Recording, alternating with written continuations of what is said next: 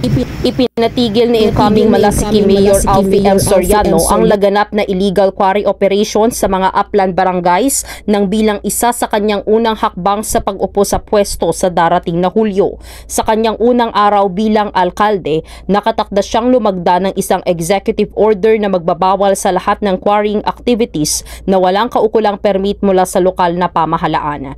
Inilantad ng bagong leader ng bayan na matagal nang umiiral ang mga operasyon ng quarries sa Malasiki, ngunit hindi ito nakarehistro o kinilala ng munisipyo, dahilan upang malugi umano ang bayan at mapinsala ang kalikasan sa kabundukang bahagi ng nasabing bayan.